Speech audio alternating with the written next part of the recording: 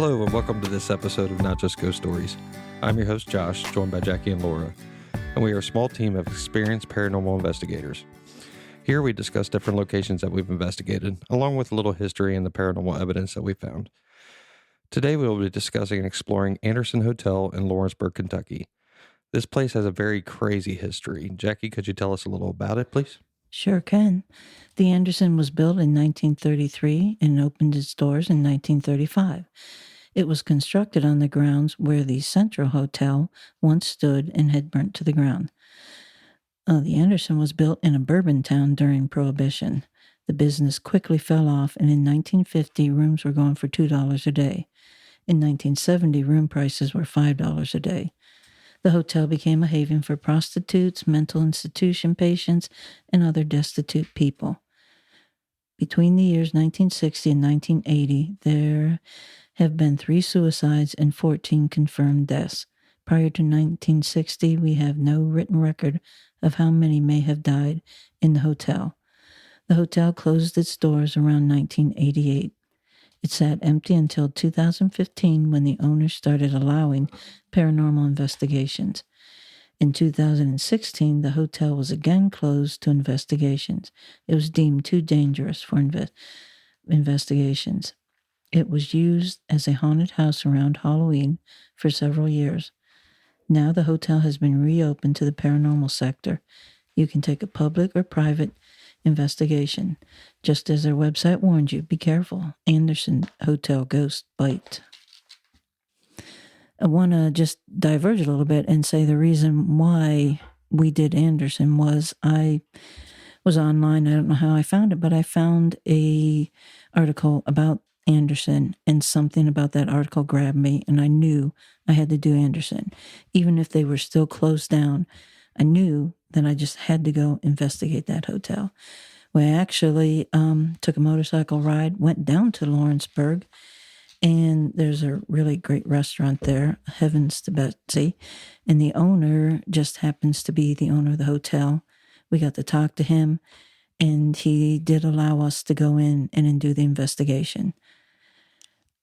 Another strange thing about the Anderson was not only was I compelled to do it, but I also have a crystal ball. That's a long story. But the crystal ball showed me several things. I had never been in the Anderson. I don't know what it was like, but it showed me upstairs to the left was a room with a psychic vampire in it.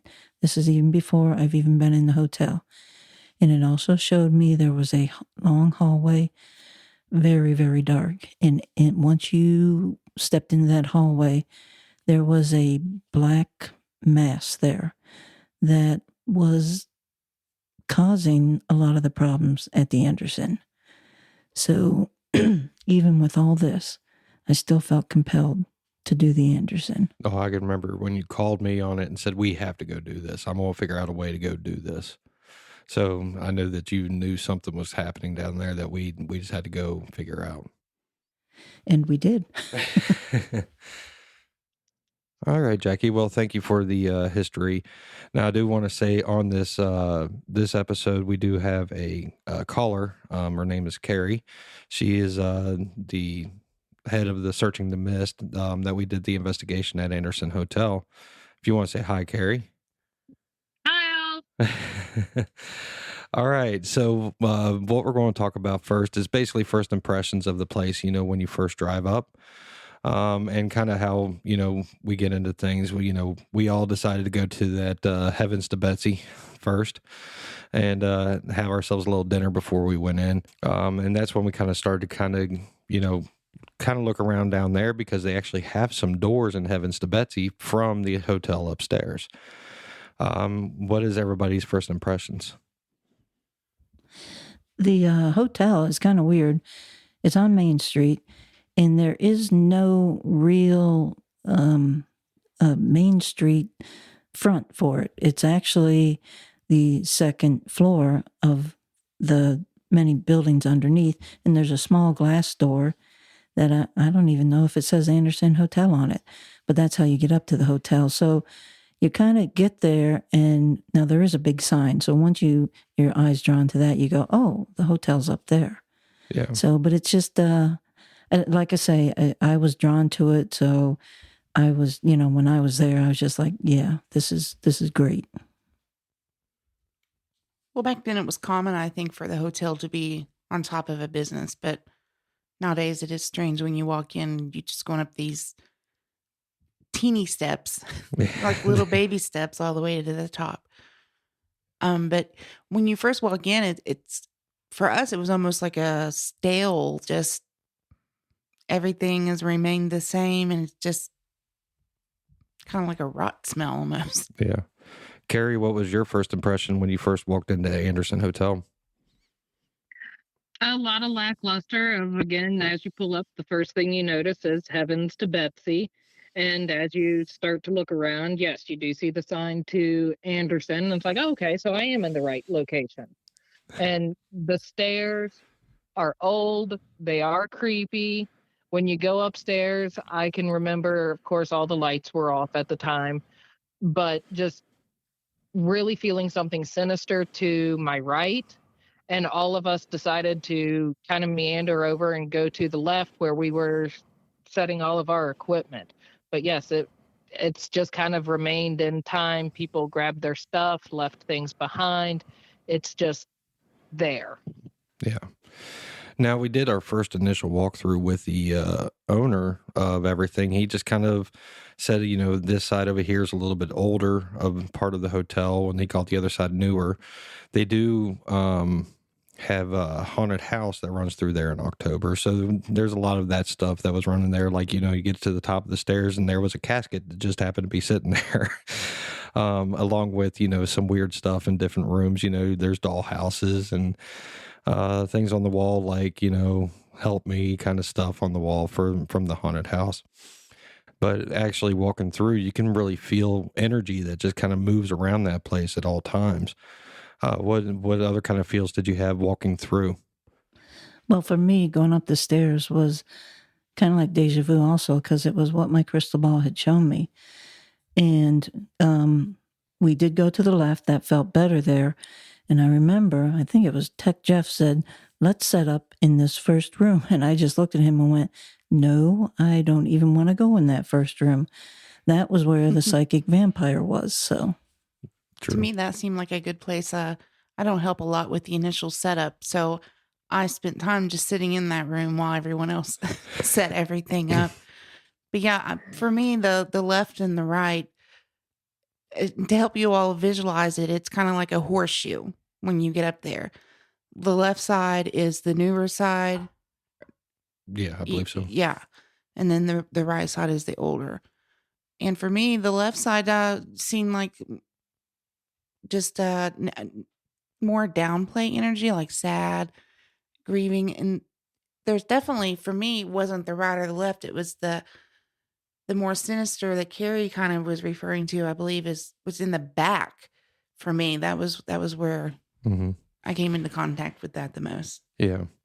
Now, Carrie, when you were doing your initial walkthrough, just kind of getting feelings, I know you said you already felt something sinister. Was there any other feelings you had walking through the actual whole building itself? And the back left was where we did encounter the most sinister of the entire investigation. But yeah, the left side was more kind of just sad, downtrodden, while I'd say that right side, it really depended on what room you were in on feelings that you got while in there. Yeah. And I mean, it's a really crazy energy as you walk through. So, I do remember we were doing our setup. There was different areas. There was a guy who was an alcoholic on the very back of the horseshoe that had, they said, committed suicide by hanging himself. Is that correct? Yes, in the closet. There was a suicide on the other side. A girl had killed herself up by, by slitting her wrist. Slit her wrist on the bed. Slit her wrist on the bed. So there were different things. You didn't get sometimes the best. I think at one point it was prostitution that was happening inside there. Yep. Prostitution, drug, people on drugs and stuff. if you can pay $5 a day for a room and, you've got a drug habit to support, you're going to go for the $5 the day room. Yeah. So that's the type of energy that we were kind of going through on things.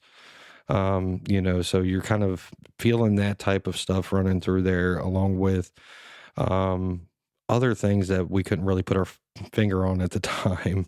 The psychic vampire was one, and things like that. Now, as we went back and started doing our investigation, we had actually brought a little bit of alcohol for the alcoholic to see if he would respond. We had found some other stuff in the front rooms. Do you want to go into that, Jackie? The minions? Oh yeah, I forgot about the minions stuff. They usually are a lot more outward, but here something, and we found out it was the darker shadow, was keeping everything kind of suppressed and stuff. But there were a couple minions. They were kind of hidden and stuff. They stayed low to the ground. They're usually low to the ground anyway. But I guess what I'm trying to say is it's probably, you got to be a little more aware when even the minions are afraid of it. Yeah. So let's get into this darker energy thing, because I saw him once when I was just kind of getting some equipment, and he chased me, which was kind of an odd feeling for me. I just kind of remember staring down a hallway. I see something block out a window. I look at him and said, I'm going to come back for you, because I was in the middle of investigating on the other side. I just had to go get a piece of equipment, which was my REM pod. And when I turned around to walk through the hallway to go to the other side, I mean, he was up on me pretty quick. It was at that point when I came to you and said, there is something crazy on this other side over here. He never seemed to really cross from one side to the other. He kind of stayed over on that one side.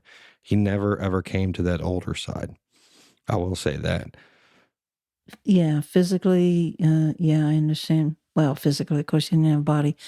He did not come to that other side, but as we got into it and found, it's coming, found the portal, we did find that he was kind of the king of the hotel. Now, with that being said, Carrie, I know that you had a couple run-ins with him there. You want to give us just some first impressions? I know you're saying sinister. What else did you get out of that? Evil, dark. He, I think, specifically did not like me.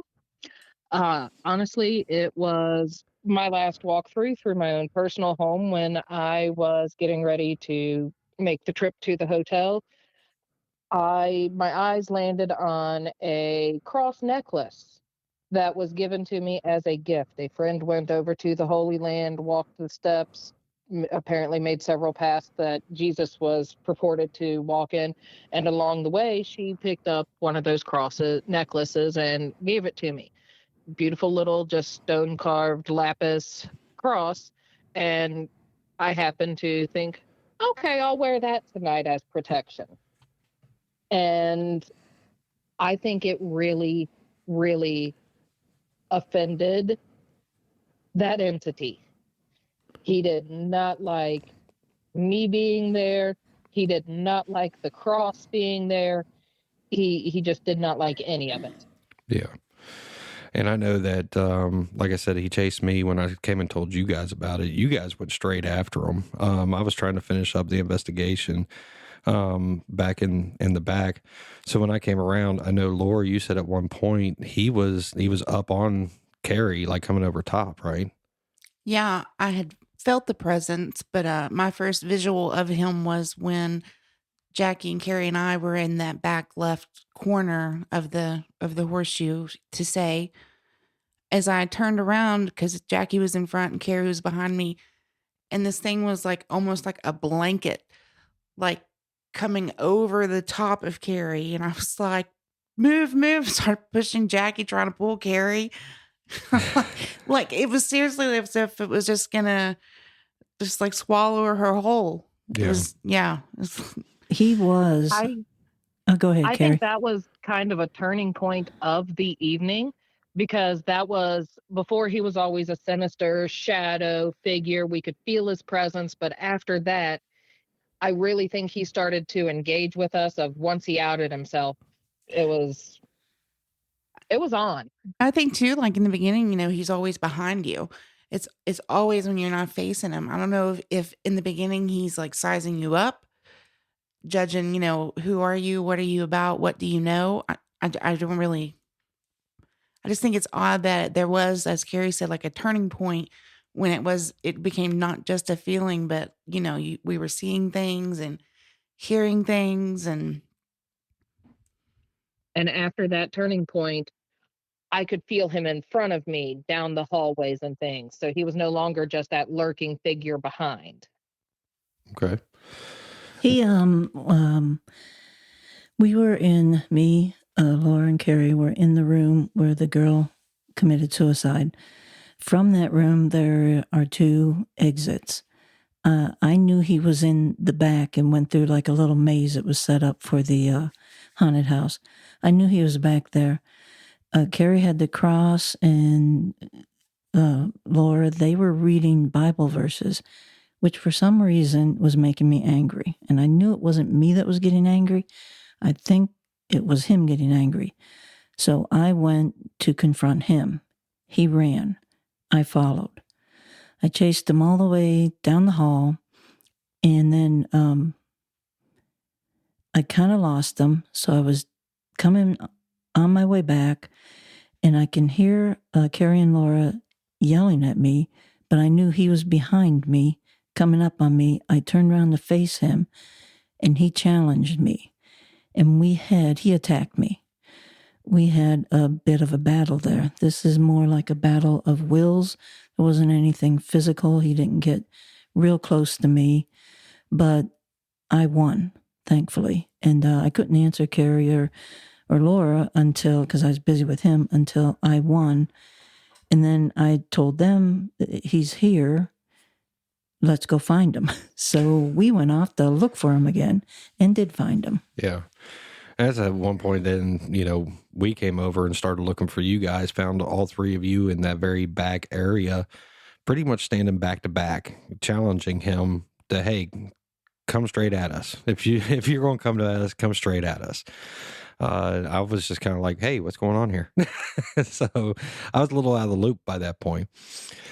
But I do know that he was not a fun thing to work with or even try to figure out. He did not like to go face to face there for a long time.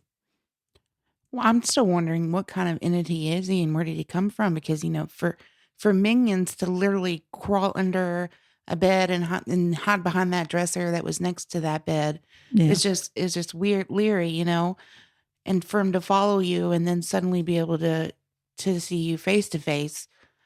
Where did he come from? What is he? I'm wondering, did he come through that portal? He seemed to. Yeah, now let's speak about that portal a little bit, because, Carrie, do you remember the portal?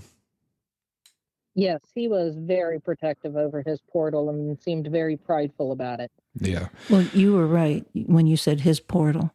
It was his portal. Yeah. We've talked in a few previous episodes about how portals affect us and how they affect different people. That one there for me was a very, very different type of feeling on a portal. That it was almost like that portal got inside my head. The biggest thing is we were trying to push energy in order to try to open up this portal a little bit more, because it was there. We knew it was there. It just wasn't totally open. Well, as I told you, when he challenged me, attacked me, it was all mental. He's real strongly trying to push himself into you. And I think that's may not have been the portal, but may have been him or the others like him that were at the other end of the portal. Yeah. Laura, what was your thoughts on that portal? That portal for me was hard to experience because I think that it's sort of locked down. It's not always, it's always there, but it's not always open. I seem to think that he kind of controls that for the most part. But yeah, it was interesting when you try to push energy into it to discover that it's almost like it's got a deadbolt on it. And that was the hardest thing. And like I said, I remember I'm sitting in that room with my back against the wall, just grabbing onto my head saying, man, this really, really hurts. Why is this so harsh? Why is this going so far into it? Only to discover it's just like what Laura just said. It almost like it had some kind of deadbolt or combination lock or something on it that we couldn't really break through. I mean, would I you be? remember with my back against the wall opposite of you, you were sitting over by a door, Josh, and it was almost like I could see the entity taking pride in us trying to open that. It was like you could almost envision him sitting there jingling keys, like, I've got the key and you can't do this. And kind of going, huh. Yeah. Right. Yeah, that was exactly what it was. It was like he had the big old skeleton key, and if he wanted to open the portal, he would open it, which he did. And thankfully, when he wanted to close it, he closed it. So Yeah, and luckily he did pretty quick because I remember seeing inside that portal. Because he opened it for us, yes, like saying, "You really want to see this? Okay, that's fine."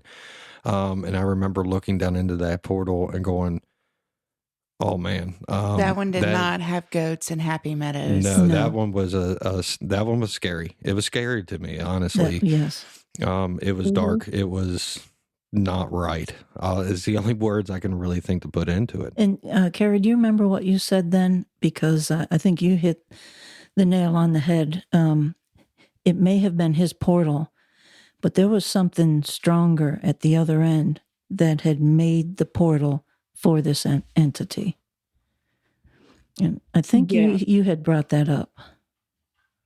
At times it seemed like he was a lackey to a much larger entity, and he took great pride in, this is my portal, this was my prize, given, that he had earned. I don't want to say given. It seemed like he had earned it, gotten favor from whatever this darker entity was, but he still wanted to seem like he was still very powerful.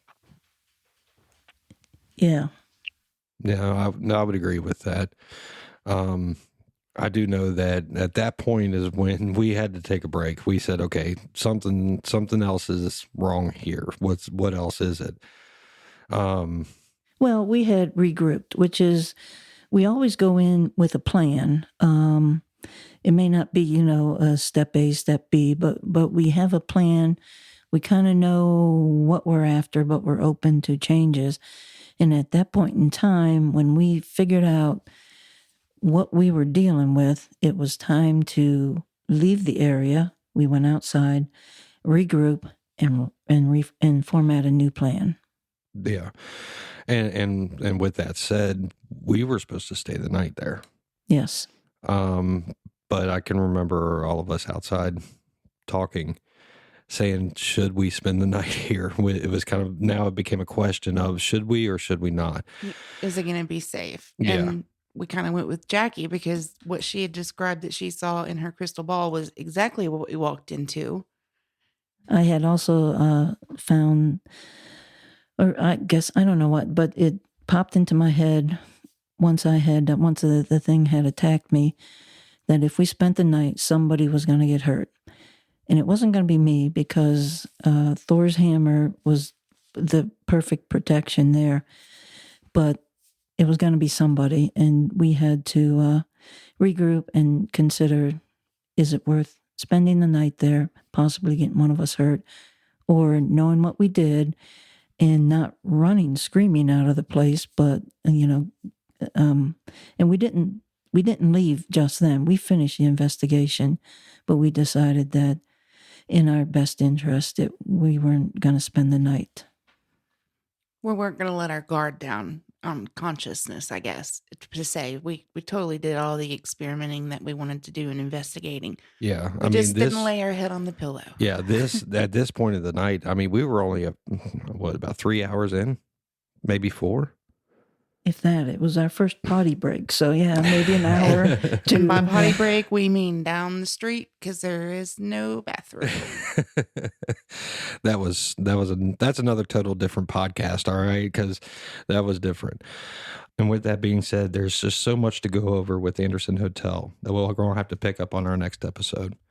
So until then, this has been Not Just Ghost Stories. And we've been your hosts, Josh, Laura, and Jackie. and you can find pictures and findings and contact us about today's episode on all social media platforms at Not Just Ghost Stories. Thanks.